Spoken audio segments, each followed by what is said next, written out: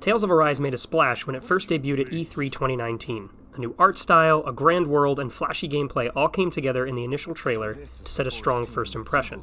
Now, after a lengthy delay that pushed the game's release out of 2020 entirely, Tales of Arise is finally set to release and give players the chance to explore its world and experience its story for themselves.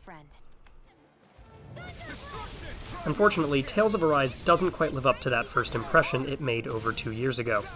While it does sport some notable improvements over previous games in the franchise, it makes concessions in other areas that ultimately diminish the final product. Damn, Rinwell, you really know your stuff. Silence, embedded. Anyone who fails to cooperate will be arrested. Tales of Arise tells the story of Dana and Rena, two planets that at one time lived together peacefully. Hundreds of years before the game's story begins, the people of Rena invade Dana and enslave its entire population and use them to harvest the planet's natural resources. If this is starting to sound a little familiar to you, don't worry, you're not alone. Enter Iron Mask, a man with no memory and Iron Mask, obscuring his entire face. He soon embarks on a journey with a young Renan woman named Shion to do something. Regain his memory? Save Dana?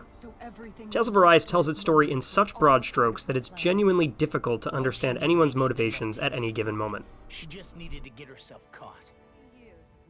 You'll spend the first 20 to 25 hours of the game struggling with this sensation, even as you pick up new party members and encounter villainous foes.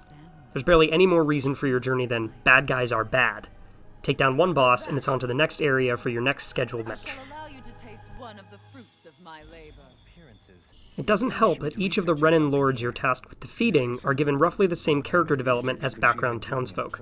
They're sufficiently evil that you never question the morality of taking them down, but they never rise above the simple trope they're allotted.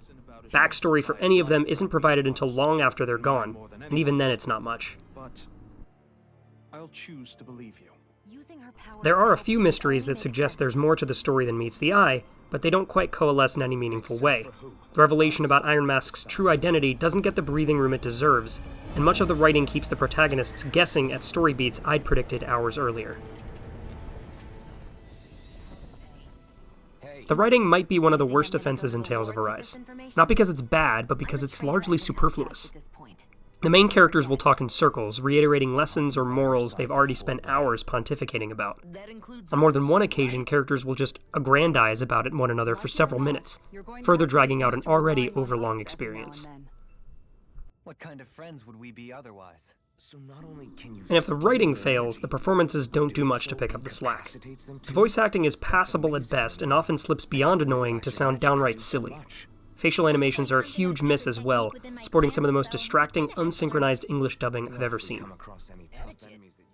Not only that, but the emotions that the voice actors portray are rarely conveyed on the character models' faces, creating an awkward disconnect between what's being said and how the character actually feels. It's at its worst during the series' trademark skits, which used to include anime-style emotive expressions for characters that are sorely missed in this latest entry. What do you want us to do? We were slaves.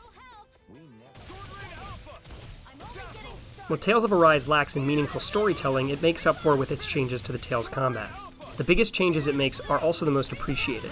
Battles are more enjoyable and rewarding, allowing for better grinding experience. There's a clear feedback loop between battle and progression, though a few of these systems are less useful than they initially seem. Combat itself is a blast. Once you have a full team, you'll see different elemental effects and colorful explosions flying around the battlefield at any given moment. Different prompts will pop up that cue you to initiate different techniques to interrupt enemies or pull off impressive finishers. One of the most enjoyable parts of battle is navigating enemy disrupts. Different monsters' attacks can be halted by calling in a party member at just the right moment. In some cases, you can even turn an opponent's attack back on them.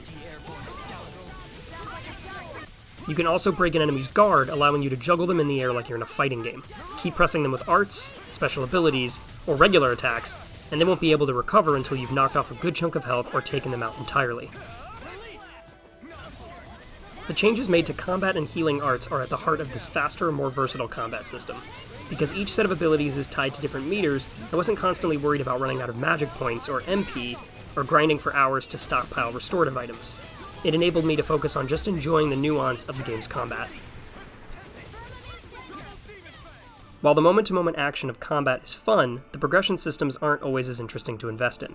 While they're not technically bad, they never feel entirely necessary outside of the expected numbers go up motif common to JRPGs. As the game goes on, it starts to feel like both equipment and skill upgrades are less about building your character and more about following a prescribed path. Tales of Arise doesn't really want you to concern yourself too much with how to find or craft the most powerful equipment in the game. You will stumble on it with relative ease. And don't worry about choosing equipment based on what stats you want raised. Each new piece will give you a boost across the board, so no balancing necessary. The game does offer a robust accessory system that allows you to make some customizations to your team. Immunities to ailments, stat boosts, and even increased item drop rates can all be mixed and matched depending on the rarity of the material, and there's even a way to swap abilities between accessories that unlocks later on in the game. The other side of progression is the skill tab, where each character can upgrade their skills via a selection of different unlockable titles. While initially very cool to play around with, it quickly becomes apparent that a large portion of these upgrades only apply if the player is directly controlling the character in question. This was a bit of a letdown, as I ended up sticking with one character for the majority of my playthrough.